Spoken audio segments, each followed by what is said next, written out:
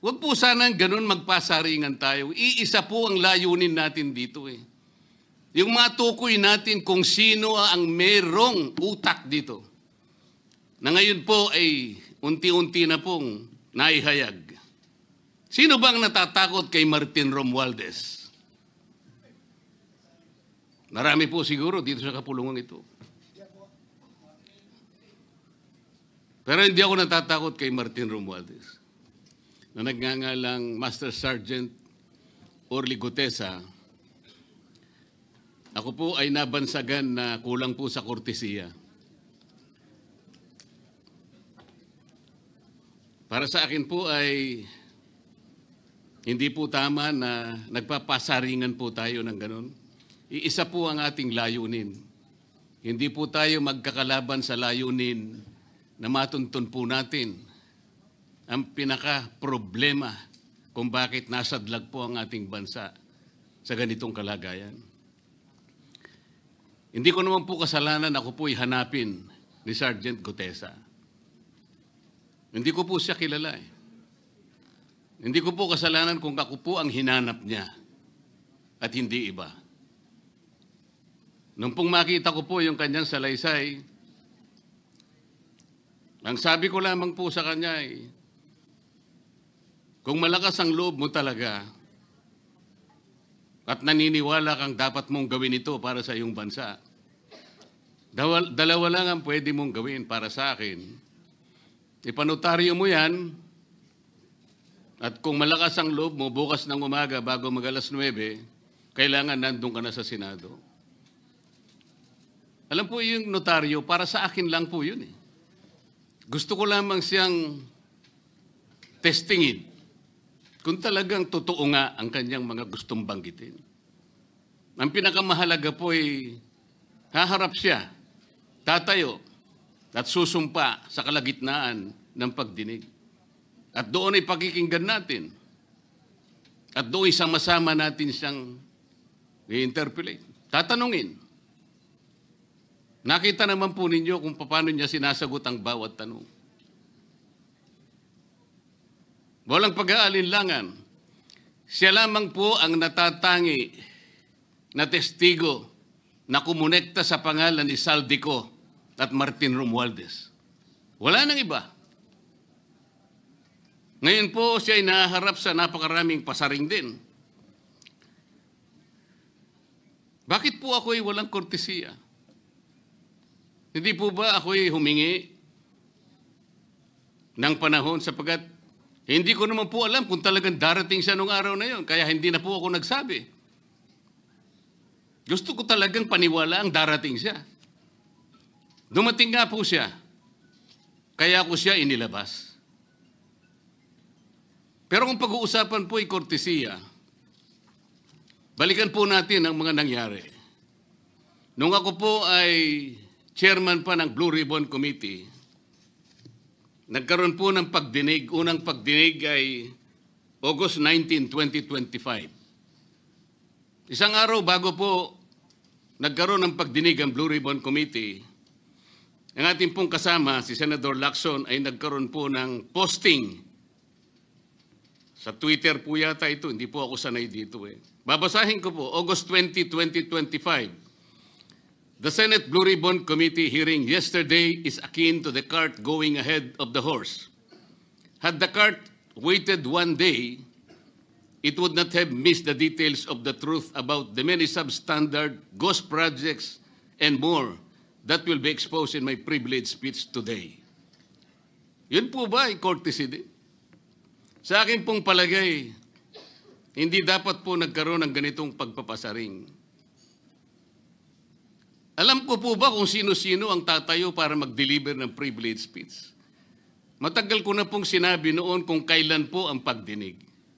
Wala po akong itinago. Ngunit kung sasabihin na kung naghintay kami ng isang araw, ay mas marami pa sanang mga detalye at katotohanan ang naihayag. Hindi po ba sinabi ko sa inyo noon, mismong Pangulo ng Republika ng Pilipinas ang nagbigay sa akin ng USB na nandun po lahat ang mga proyektong pinaghihinala na ghost projects. Ayaw ko lamang pong ilabas ng isa-isa sapagkat sa aking pagkakaalam noon, Ginoong Pangulo, mali din po yung binigay na mga coordinate sapagkat ang pinagbasihan nila yung MYPS, hindi yung PCMA, na palagi ko pong binabanggit. Sa mga kapatid, kahit na po yung mga binanggit na projects ng ating kasama, salig po sa mga maling coordination. At saka konti lang, pinili lang. Nagkataon lang po maganda nga talagang pagkakapresent sapagkat kulang na lang po yung cinematography at saka screenplay. Kung meron pa lang sanang sound effects, baka nandun yun. Huwag po sanang ganun magpasaringan tayo. Iisa po ang layunin natin dito. Yung matukoy natin kung sino ang merong utak dito. Na ngayon po ay unti-unti na pong naihayag. Sino bang natatakot kay Martin Romualdez? Marami po siguro dito sa kapulungan ito. Pero hindi ako natatakot kay Martin Romualdez.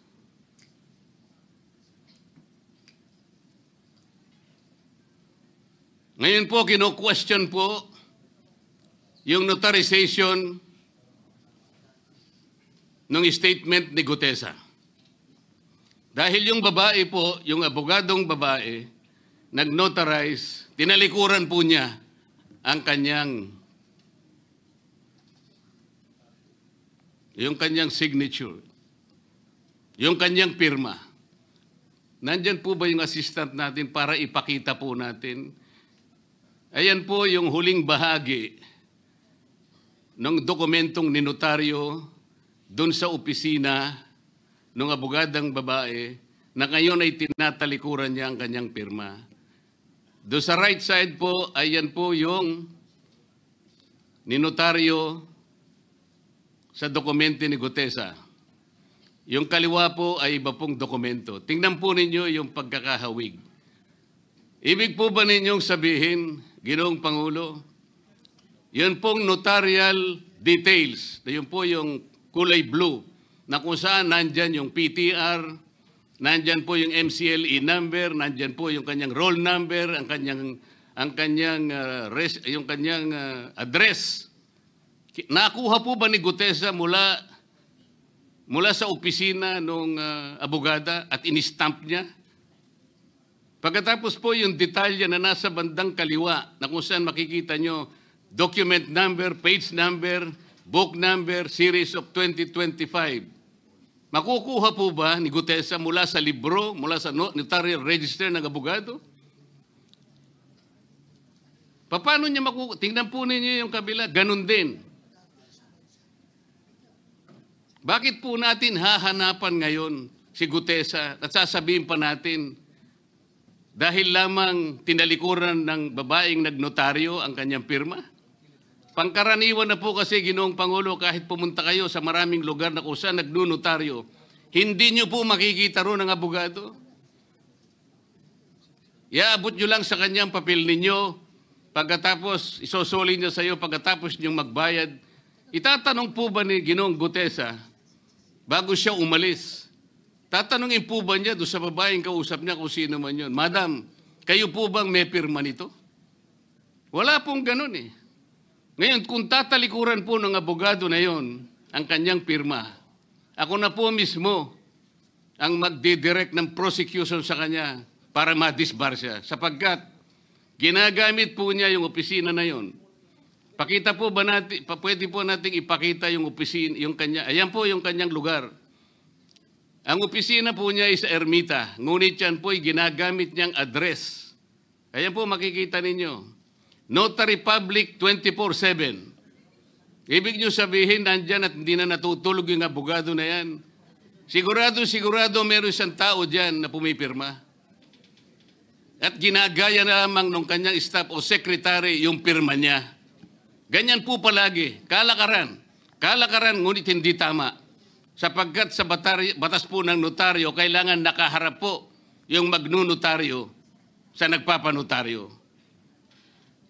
Bakit po niya ngayon sinabi na hindi niya pirma yon? Maring hindi niya pirma. Ngunit, tinayaan niya kung sino man ang taong iyon na ipirma yung dokumento. Kagaya po ng nasabi ko, naging academic na po yung notaryo. Sapagkat ang tao ay tumayo sa ating kapulungan. Binasa niya yung kanyang statement. Yung mga bayarang media nga po, sinasabi pa kino-coach ko pa Bakit ko po siya sinabihan na dahan-dahan siya?